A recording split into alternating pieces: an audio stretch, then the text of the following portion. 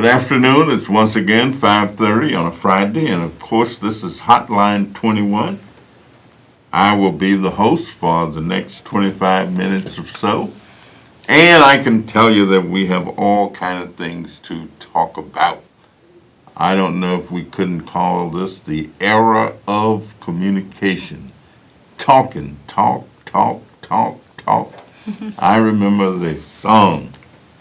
We like to talk about the dress that we will wear tonight. Every kind of thing, they call that girl talk, but I'm not just engaged in girl talk.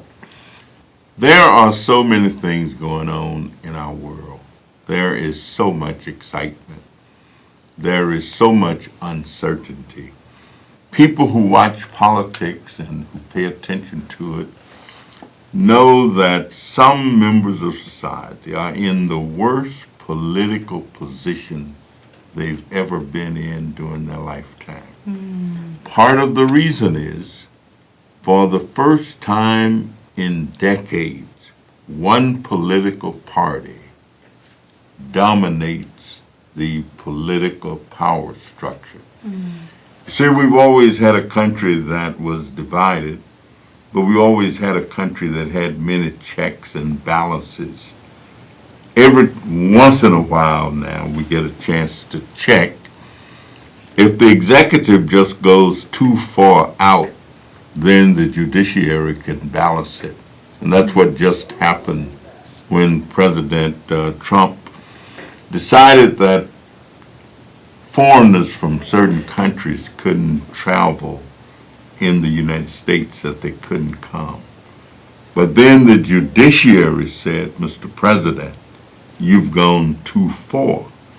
Therefore, we're going to decide that your ban is unconstitutional, that you are going outside the law. And he's had to let those people fly. Those people are now flying all over the United States. And the president said they couldn't. That's one instance. But the real deal is that the Republican Party is in control of the House of Representatives, in control of the United States Senate. For all practical purposes, will have control of the Supreme Court once another justice is confirmed. And of course, they have the presidency. It's been a long time since that has occurred. But we'll make it. So, I remember the other songs. So we're going to make it. I know my car may be old. My 2 rooms cold. But we're going to make it. We will make it. I tell you not. But we're going to talk politics. We're going to talk fashion. We have a delightful young lady in the studio with us. She is a fashion consultant. She is into promotions. She's into setting up scenarios and scenes. So let me ask her to introduce herself, and then I've got some other things I want to ask her. Would you just go ahead and tell us a little bit about you? I am Melody Boykin. I am a native of the west side of Chicago. I have a background in fashion. I grew up around fashion. I had a stepmother who made clothing. I decided to attend higher education to learn more about the fashion industry. I attended at Southern Illinois University in Carbondale, worked in the fashion industry before launching my own fashion business, which caters to marketing, PR, production, consulting on the behalf of a niche market, and that niche market is African American designers and African designers of the diaspora. So I focused on just promoting and bringing awareness to designers. Well, Ms. Boykin, let me ask you, where on the west side of Chicago did you go? Which high schools did you attend? So while I was blessed to live on the west side, I attended high school on the north side at Lane Tech. That's a good school. So it was a pretty big school, and It's a great school. Thank you. You had to be smart to get in there. That is correct. For as long as I've known Lane Tech, if you were not smart and have a pretty high altitude, you could not get into Lane Tech. And I have 2 or 3 little darling young people that I kind of call my godchildren who go to Lane Tech right now. And I'm looking forward to them graduating and going on to Harvard, Princeton, or Yale, or some of those other places. Of course, Southern Illinois University is not a bad place, not a bad school at all.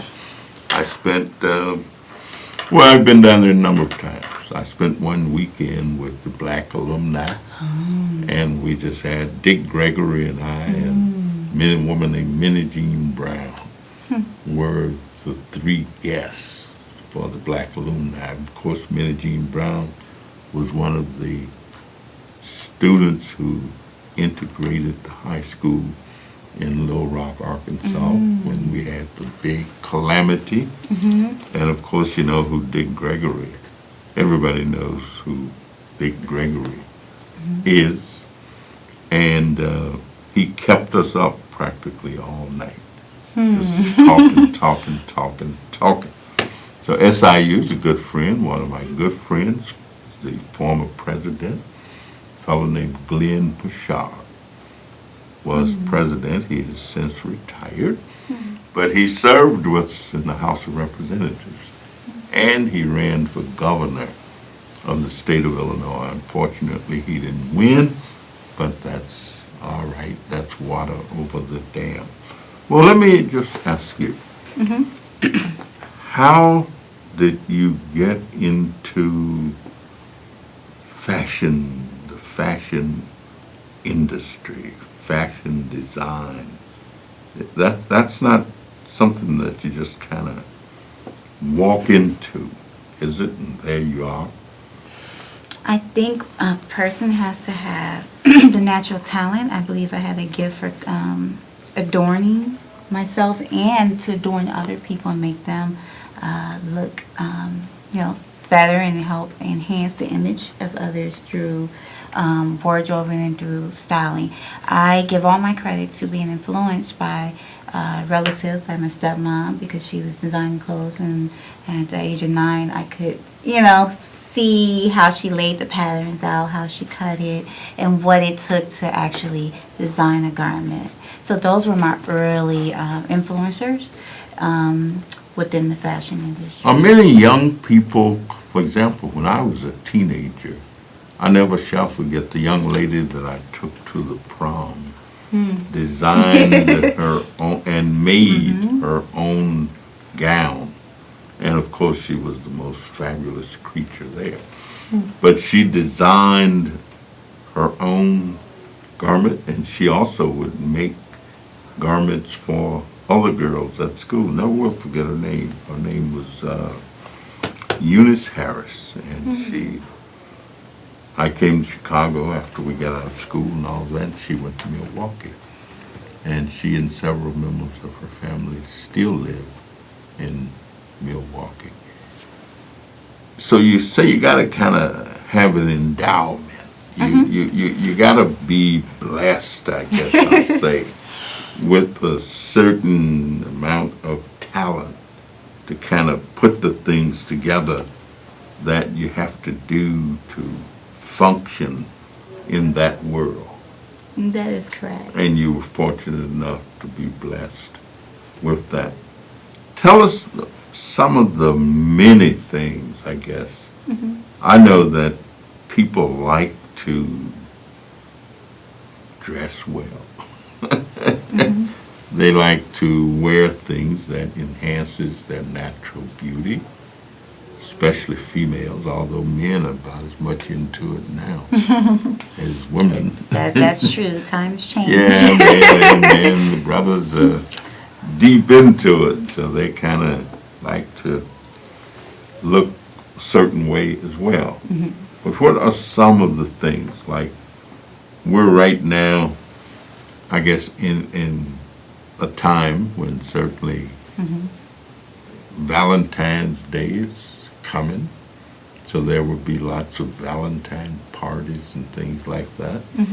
And of course, people give gifts and all those kind of things. Is this a good time to be in your business? I think so. Having worked in the retail side of fashion, so for major department stores like Bloomingdale's, and I've done work as a vendor inside of Macy's, they structure their businesses around major days and holidays, such as Christmas and Valentine's. So they definitely will buy, lots of inventory of party dresses and suits and dinner attire to accompany the season that they're marketing for. And so they look forward to these special seasons and special days. That's correct. What are people buying? My wife's birthday is coming up on the 11th of February. And awesome. Valentine's Day is tomorrow. Yeah. And I must confess, I haven't. You haven't I haven't.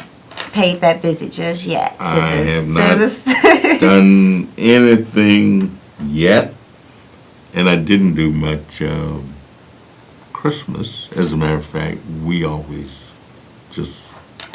berserk at Christmas and just give gifts to everybody we can think of, but we didn't give anything to ourselves. Yeah, we were kind of sad a little bit. Our grandson had gotten killed.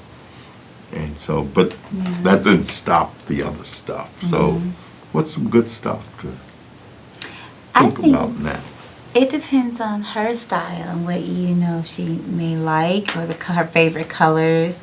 You can never go wrong with like classic color dresses and silhouettes that never go out of style. For example, every woman, or majority of every woman, has a little black dress, and if she doesn't have one, we recommend she get one, because she's going to always have a evening function to go to, or a cocktail event, or church. So a black dress, if she doesn't own one, would be nice. And I think it's very romantic with black dresses, because you can buy her pearls, and she can, red lipstick, pearls, black dress, classic color pumps. And I think she would be, pretty much happy with a feminine, in terms of clothing, a feminine dress to have in her wardrobe. Little black dress is almost a must for It's a must. Yeah. Of course, in order to have a little black dress, you gotta be a little black woman. Not necessarily. Most women of color are curvaceous, so there are stores out there that cater to curvy women. As long as the dress is black, because black goes with anything. Okay. So they figure if you have a black dress, you can just do whatever you want, accessorize it, dress it up or down. So I think she'll be in good shape. We have a very activated listenership and viewership. So if any of you guys out there trying to think of something to purchase for your favorite lady for Valentine's Day, give us a call and let us know what that is. I know you guys just can't wait until Valentine's Day so you can show off those things that you went in the shops and purchased and all of that. Is it difficult for a person to get into the design business? Or how difficult is it to do? That's a very good question. I think the fashion industry and arts has always been more of a challenging industry in this country, especially for people of color. So they must know where to find resources to fund their businesses, and or the schools, finding schools that have programs that teach fashion design or any aspect of the business. So it does take research and finding out like what role within the fashion industry that they want to that they want to potentially have a career in, and searching out those schools and training that they need to make their career dreams come true in the fashion industry. Well, I tell you, we got a caller who wants to know something. Caller, are you there? Sure, I'm here. I would like to ask the young lady, you're a fashion designer. Does your designs come naturally? Do you sit down and sketch something that may seem odd to you, and it may be something great? Have you ever thought about that? So that's a very good question. I don't do fashion design. I took up the business of fashion, but I had a lot of friends, and I still have a lot of friends who are fashion designers. And then I noticed that they are inspired by a lot of various different things when they're sketching their collections. They're inspired by. I know Mr. Danny Davis, know Mr. Marshall Oliver. Yes, indeed. Designer, yes. Now my daughter is 45 years old. I'm 73. She was in his fashion show long time ago, and his designs is what he came up with out of his mind. And it was a big, huge fashion show, and it was really, really nice. And young lady, I want to see you go forward. Don't let no one discourage you, because you got the potentials to do it. You can do it. Do it from your mind. If you look up and see a curtain upside the walls, oh my God, I'm going to take this curtain, I'm going to see if I can make something out of it. You can do it, and it can get you way up on the top. Thank you so much. Okay, sure. Well, we know Marshall, and we've had some wonderful times with Marshall. He was in the last show that we had. He and his models were there, and they just did a great thing. I know him well enough to know the church he attends and all of that kind of stuff. And Little Rock. I go there sometime, Little Rock Baptist Church. So it's just good to hear you. Thank you so much for calling. Sure. Okay. All right. Bye. Bye-bye. So, do you set up shows and set up, what you don't design, so the things that you do are exactly what? So I work with designers, and I help them with their visual branding and marketing. So if they don't have a website, I will help design their website. If they don't have a photo shoot to take pictures and advertise to capture new customers, I cast the models. I bring together all the key people to conduct and produce that photo shoot so that they can have an image to go on a website or a plugger to promote, or a business card or catalog book that they may want to produce. I also do PR, so I'll write press releases to pitch to the media for these designers. Most of my clients have been, some have been featured on TV, major networks, some have been featured in local interviews, radio interviews, print magazines, all related to the fashion industry. So I'm helping to bring them exposure one way or another via marketing or the PR for their businesses. All right. I'm always trying to see and connect what connections people. Do you know a fellow Commissioner Richard Walker? So I've gotten that a lot, and I haven't met him, but I would love to meet him. I know we share a great last name. Yeah. So I haven't met him just yet. All right. When I see the name, I automatically think of Richard. But I know a number of Boykins. I've known a number. Lucius Boykin, my grandfather from Arkansas. Really? Mm-hmm. Yeah. Well, now when you mention Arkansas, that really kind of lights my fire. And people who know me know that I know all kind of Arkansans. Did you know where he? I believe it's McGee, Arkansas. You're kidding. McGee was only 7 miles from the last town that my mother and father lived in. Is it Pine Bluff? It was not. The town they lived in was Durmont, and that was 7 miles south of McGee. Oh. McGee also wasn't but only a few miles from where Mr. John H. Johnson, who founded Ebony Magazine, lived. He lived in Arkansas City, which was east of McGee, going towards the Mississippi River. So it's a nice little Circle. area. But they lived in McGee. I know lots of people who lived in McGee. And it's not a big town. There are not very many large towns in Arkansas. But I guarantee you that your grandfather knows some people that I know, or knew some people that I knew or know, because it's not that large. But it's a land of opportunity, President Clinton and I used to say to each other. And of course, the first time we got a chance, we took the opportunity and left. That was a little joke that we shared with each other. No, I go there every time I get a chance. I have a great deal of affinity for the state. And all somebody got to say to me about Arkansas is let's, and I'll say go.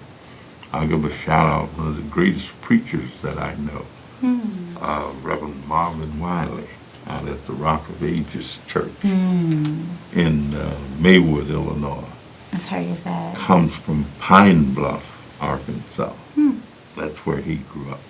But let's see if we've got, now, if I knew a young person and they think they've got some interest in fashion and they wanted to prepare themselves to go into the industry, what would I tell them? You could tell them to get involved with local organizations that may have art programs. Lots of park districts have them.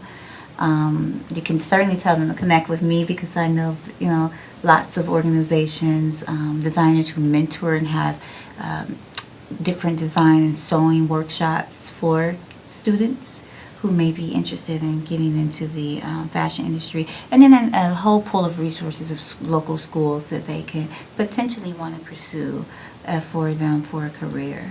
Would you believe that I learned to sew when I was a kid? We used to make things. We used to make quilts.